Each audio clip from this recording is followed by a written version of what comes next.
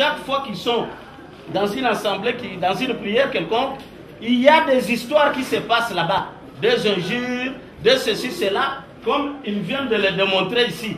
C'est ainsi que le propriétaire a dit, mais non, je vous ai déjà préavisé, alors libérez le lieu.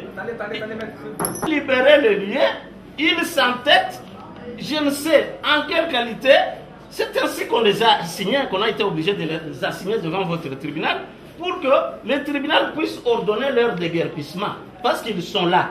Il n'y a aucun contrat, aucun lien contractuel entre le propriétaire de la parcelle et les occupants qui se disent église. En tout cas, aucun lien contractuel. Alors maintenant, ils viennent ici, je ne sais pas moi, je ne sais pas si c'est pour brandir quoi ou prévaloir quoi. C'est ainsi, nous disons, Monsieur le Président, qu'ils sont là, ils s'occupent ce lieu-là sans titre ni droit. Alors, autant que votre tribunal puisse ordonner leur déguerpissement pur et simple. Je plaide avec ma main droite sur le cœur, parce que je plaide pour une église. Une église, Monsieur le Président, pas n'importe laquelle. Cette cellule qui est aujourd'hui traînée devant votre bus de tribunal appartient à la grande communauté Cité Bethel, connue du tribunal des séants et même de l'assistance qui nous suit. Représentée par le révérend apôtre Emmanuel Mbié-Moulaya. Une église non pas comme laquelle que l'on peut drainer ici pour vous dire non voilà, il y aurait une association, une telle autre association.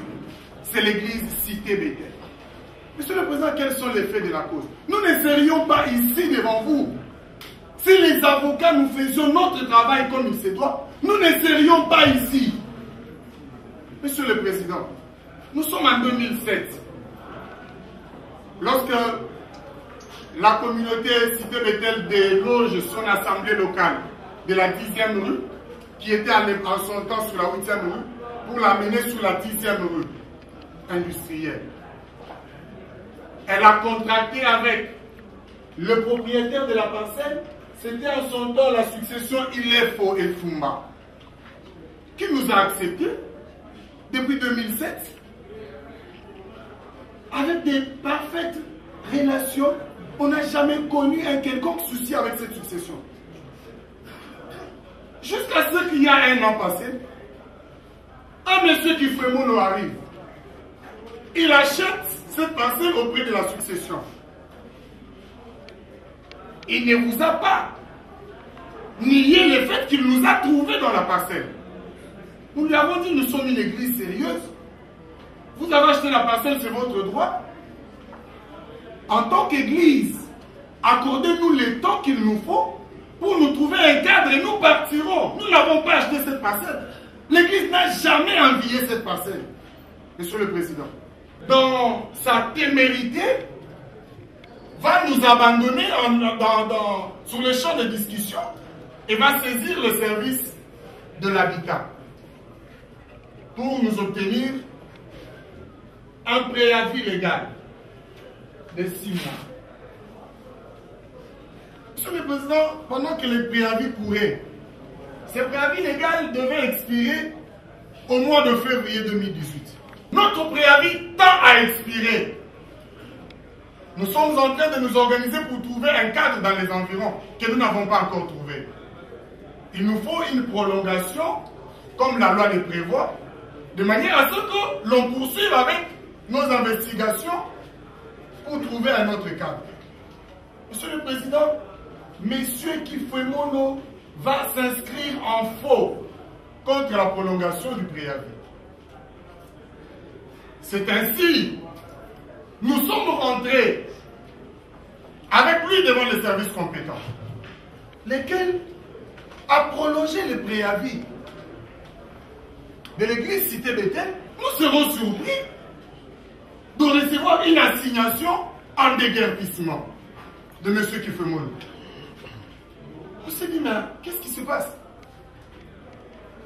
Entre deux choses, prolonger le préavis de 4 mois pour que l'église parte en toute quiétude et vous laisse votre parcelle, que vous exécutez vos travaux. Et saisir le tribunal où on peut aller de procédure en procédure, Monsieur le Président, la bonne foi de l'Église, c'est que nous plaidons cette affaire à la troisième audience. Si nous étions de mauvaise foi en tant que plaideurs, on pouvait aller avec lui en récusation, en suspicion légitime, en action pénale, parce qu'il le sait. Nous ne l'avons pas fait parce que nous sommes de bonne foi. Nous sommes prêts à quitter sa parcelle. Mais il nous amène ici un déguerpissement. Et curieusement, Monsieur le Président, je n'aurais pas voulu entendre ça de la bouche de mon aîné Chiluchi, qui vous dit que l'Église est là sans titre ni droit. Monsieur le Président, c'est abécédaire, ce sont les abécédaires, ça. Vous percevez les loyers chaque fin du mois. Ça fait près d'une année que M. Kifremon ne perçoit les loyers de l'Église. Monsieur le Président, c'est peu honnête de venir devant un tribunal et dire que la cité Bethel est là, sans titre ni droit, alors qu'il a même perçu les loyers du mois passé. C'est peu honnête. C'est peu honnête. Et venant d'un avocat, c'est peu honnête. Monsieur le Président, l'Église cité Bethel plaide premièrement sur un moyen préalable d'ordre public. Même si je n'avais pas plaidé à l'audience de ce jour, votre auguste tribunal l'aurait soulevé dans les délibérés pour dire irrécevable l'action de M. Kifremon. Une église ne peut être église que quand elle est autorisée par la loi. Il y a une loi vraiment qui institue, qui crée, qui autorise la création des églises. On voudrait ici distraire les gens et l'opinion que non, c'est l'église cité Bethel de l'éminent apôtre Mbiya Moulaya. Non, ça c'est faux. Ce sont les gens qui sont en train de porter les noms d'autres églises pour se faire couvrir.